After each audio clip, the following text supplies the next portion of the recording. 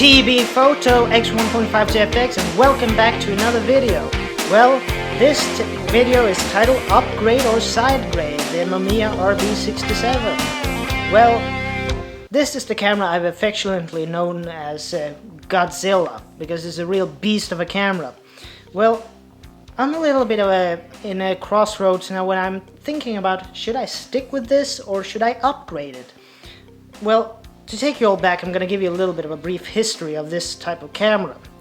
Mamiya introduced this camera, the RB-67, in 1970 because they wanted an alternative to their current line of cameras, which was basically the Mamiya Press camera, which was a very big, clunky rangefinder camera, and the Mamiya C-series cameras. Most popular was probably the Mamiya C330, which was a bellows focusing TLR camera, twin lens reflex camera, similar to the now fabled Rolleiflex cameras.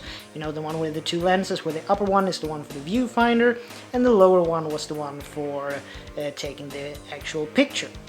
But they wanted something that was a little bit, I would say this is a little bit Hasselblad-esque when it comes to Mamiya cameras.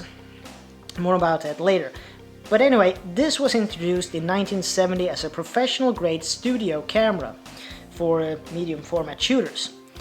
This didn't last that long, the original Pro camera, because in 1974 Mamiya came out with the updated model, the RB-67 Pro S, and the real change between the cameras was a orientation finder in the viewfinder. So because RB stood for rotating back, and if you look at this camera back here, this is the film canister, and you can put it here, which is portrait mode, and you could put it like this, which was considered landscape mode. But that's not the whole truth, because if you had a 6 by 4.5 centimeter film back, which this is, this becomes landscape and this becomes portraiture. So it's reversed, so it can be a little bit different. But anyway, what Mamiya did, if you look at this, because this is the professional, this is the original from 1970 to 74. It has a focusing screen in this particular one, where you have just drawn lines, so you can get an estimate how the cropping will be, dependent if you have it in portrait or landscape orientation with a rotating back. So that's a bit of a difference in the two cameras. But the thing was that they also did, what was it? Yeah, they put a cold shoe for flash on the side of the camera body as well. But that was in 1974, and the Pro S is the most common of the Mamiya RB cameras because it was made for over 15 years. It wasn't until 1990 when the RB-67 Pro SD came along. And the biggest difference between the Pro S and the Pro SD was that Mamiya had come out with the L series of lenses. And those lenses were much wider lens-wise, so they needed a camera with a bigger bayonet fitting to accommodate those lenses. And I only think they made two pure L series lenses. And that is that they upgraded the bayonet fitting from 54 to 61 millimeter. Otherwise, there wasn't really that much of a difference between the Pro S and the Pro SD, because there were very few models of the L series lenses. But also, parallel to the RB-67, in 1982 Mamiya came out with the RC-67 Professional, which was a electromechanical version of the RB camera, because the RB is completely mechanical. You don't have a battery in these. I have a battery in the meter prism finder for this. So for these cameras, you either needed to use a off-camera flash meter or an off-camera meter in any form, or you had one of these, which was the RB-67 PD prism finder. And this finder works, as to my knowledge, it works in this way that you put in your film speed here, your ISO, the middle button here starts the actual finder, and then you use the the internal dial here with the yellow numbers, which are or rather shutter speed numbers, and when the finder says that you have a correct exposure, you'll read the aperture numbers, which are the whites one here, so you can see what aperture corresponded to which shutter speed in order to get a properly exposed photograph. A downside to this particular viewfinder or meter finder is that it doesn't contain exposure compensation. That's something you have to work out for yourself.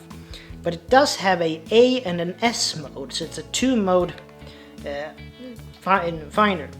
The A is for average, which would be equivalent to matrix metering and, for instance, the Nikon cameras, and S, which would be single or spot metering, which is basically you just take the center of the image into consideration while you meter for it.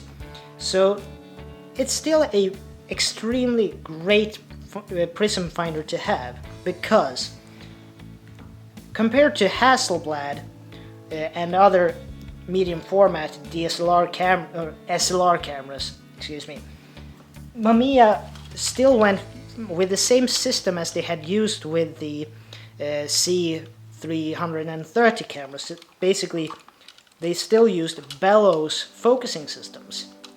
And to photographers who didn't have a metered prism finder, they put in this little scale unit on the side of the camera that actually could see how many f-stops you lost because of the extension of the bellows. So you can get up to, I think it's 1.5 f-stops of light loss. So you can see the compensation you needed to do on this chart. But if you have a prism finder with a meter in it, you don't really need to use this chart. Also, what you can see on the professional is that there's very few lens focal lengths on it, because this only has the 65, the 90, the 127, and the 250. Because when the Pro S had come along and the Pro SD, they had to add a lot of different intermediate focal lengths, because they had a much bigger catalog of lenses for this type of camera. But anyway, the RB-67 comes out in 1982, which is a electromechanical camera instead. This is fully mechanical, so on these lenses you have both shutter speed and aperture in the lens itself. But on the RC cameras, you had aperture on the lens, but you had shutter speed controlled by a dial that was located here on the camera body. That is because the RC, since it's electromechanical, you can have a built-in meter prism finder on the RC as well. But the difference is that the RC's metered finders could be linked to the body, so you could use aperture priority. That you can't do on the RB series camera, so that was a huge upgrade for the RC cameras. Also, the RC cameras can use RB lenses, because you could take the shutter speed dial and put it in RB mode. So that's the difference as such.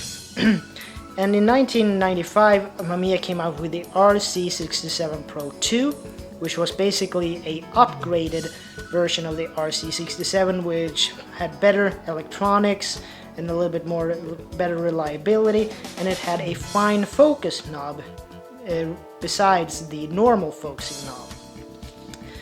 And then in 2004, the RC-67 Pro 2D came along, and those were the cameras that were compatible with different types of digital backs, made then primarily by Leaf and Phase 1, who later bought Mamiya. So they're still around, but now they're called Phase 1, but it's basically Mamiya, but they were bought by Phase 1. I think it was last year in 2016.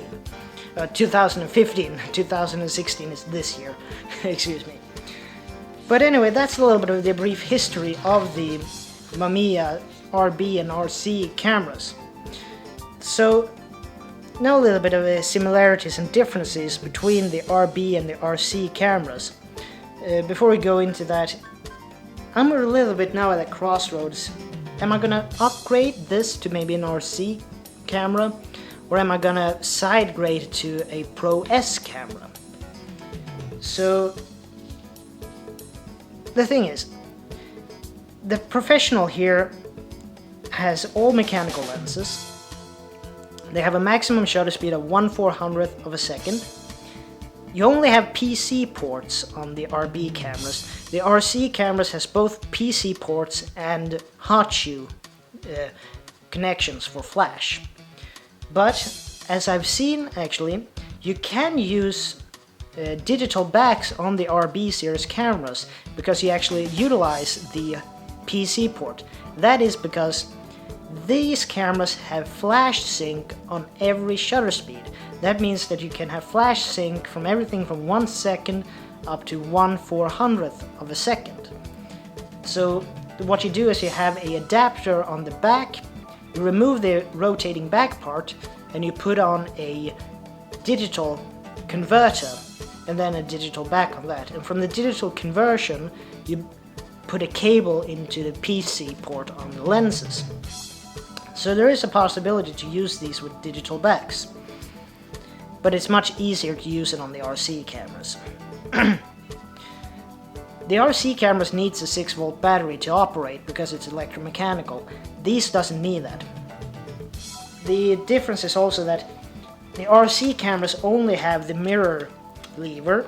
It doesn't have a real cocking lever because when you press this, the film will advance, so you have the same system. The RC also has that you can put it underneath, you can put an electrical winder that winds the film and all of it. So it's all contained in one unit as such. But as I stated before, these are easy to do double exposures with, especially the Professional. The Pro S, they did it harder at least to do a double exposure because you had a kind of interlock between the camera and the film back. But anyway, you have this as the mirror lever and this is the film advancing lever. So they're independent of each other. So you don't have the real, if it is in landscape or portrait orientation, you need to be a little bit more aware with these cameras. Suffice to say, it's a brilliant, beautiful camera and I love it to bits, but I'm thinking about it, am I going to upgrade or am I going to side grade? So what I'm thinking about is then trading up to a RC Pro, not the Pro 2 and not the Pro D, but the RC-67 Pro. But is it worth it? I mean, reasons why I really have fallen in love with Mamiya cameras is that, first of all, it's great value for money. This entire kit here, some light shroud like this that you can put on the lenses, the prism finder, a 6 by 4.5 centimeter back. This is a little, what should we call it? It's an extension tube. It's a It's a Mamiya #1, 45 millimeter, 4.5 centimeter extension ring, so you can take really close up, almost macro type photographies.